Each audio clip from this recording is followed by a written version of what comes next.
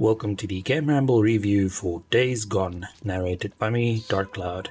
As always, the full text version of this review can also be found on the GameRamble website, linked below.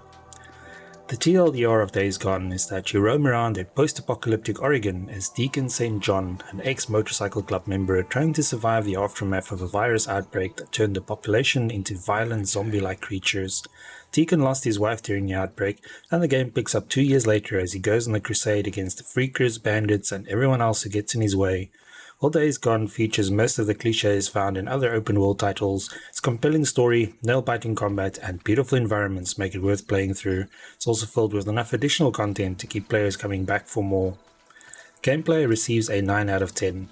With a large, beautiful map to explore and plenty of missions as well as side quests, there's always something to do in Days Gone. Graphics receives a 9 out of 10. The game looks incredible on PC and is filled with a lot of detail as well as really good mocap performances.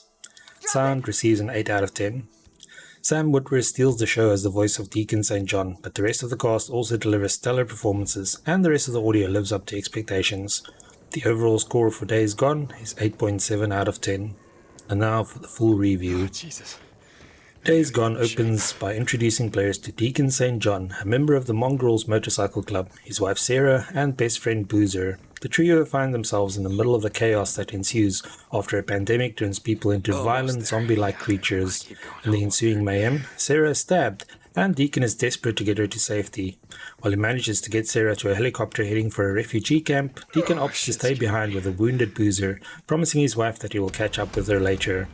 This is the last time Deacon sees Sarah alive, as the story cuts to 2 years later, where Deacon and Boozer makes a living in the wilds of a post-apocalyptic Oregon, the area being overrun by zombie-like creatures called freakers, as well as crazy cultists named Rippers. Boozer is ready to put it all in the rearview mirror of their motorcycles. However, Deacon is still struggling with the loss of his wife and is unwilling to leave the area where they had so many memories together. Ironically, just as he finally manages to convince Deacon that they should head north, Boozer has a run-in with Rippers that leaves him seriously injured and unable to travel. This serves as the catalyst for Deacon to spend more time dealing with the survivors camps in the area and becoming more involved with other people instead of being a loner. Days Gone is a third-person action-adventure game that was originally released on the PlayStation 4. Like its fellow open-world title Horizon Zero Dawn, Days Gone has made the leap to the PC, where it benefits from higher resolutions, better frame rates, and more detail. Players step into the motorcycle boots of Deacon St. John, who is expertly brought to life by the voice work as well as motion capture performances of Sam Witwer. Witwer is no stranger to working in video games, as he played Galen Marek in the Force Unleashed series, along with numerous other voice-over roles. As is usual for the genre, Days Gone provides players with a massive map that is dotted with points of interest that can either be story-related missions or side quests.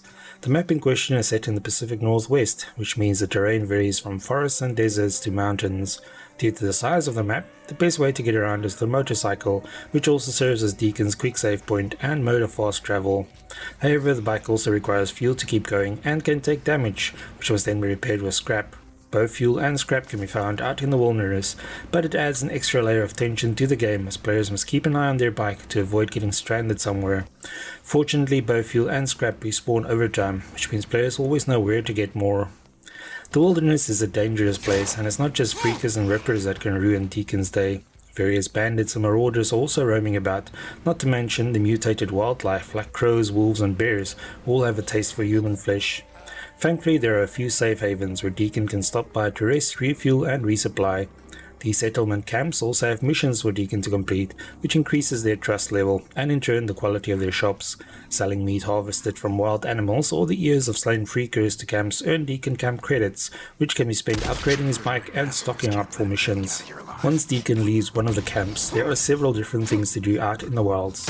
Along with story quests, there are freaker nests that can be cleared out, hostages that can be rescued, bounties to capture, enemy camps to clear, and National Emergency Response Organization checkpoints where Deacon can restore power. All these activities have a reward for completion, so clearing out freaker nests means there will be fewer of them roaming around in the area, while rescued hostages can be sent to an encampment in exchange for camp credits and trusts. The Nero checkpoints are the most interesting, as they usually contain recorders with information about the freaker virus and the infection.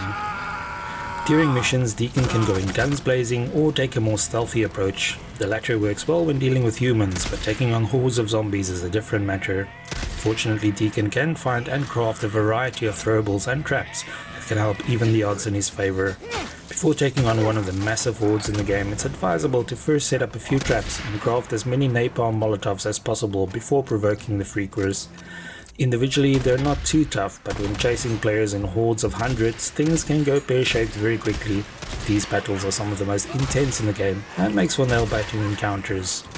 Visually, Days Gone is a beautiful game, where simply riding through the world is a wonderful experience. The game features a day and night cycle, as well as changing weather conditions, so there were a few times when the wolves started snacking on poor Deacon, because we were too caught up in checking out the amazing night sky.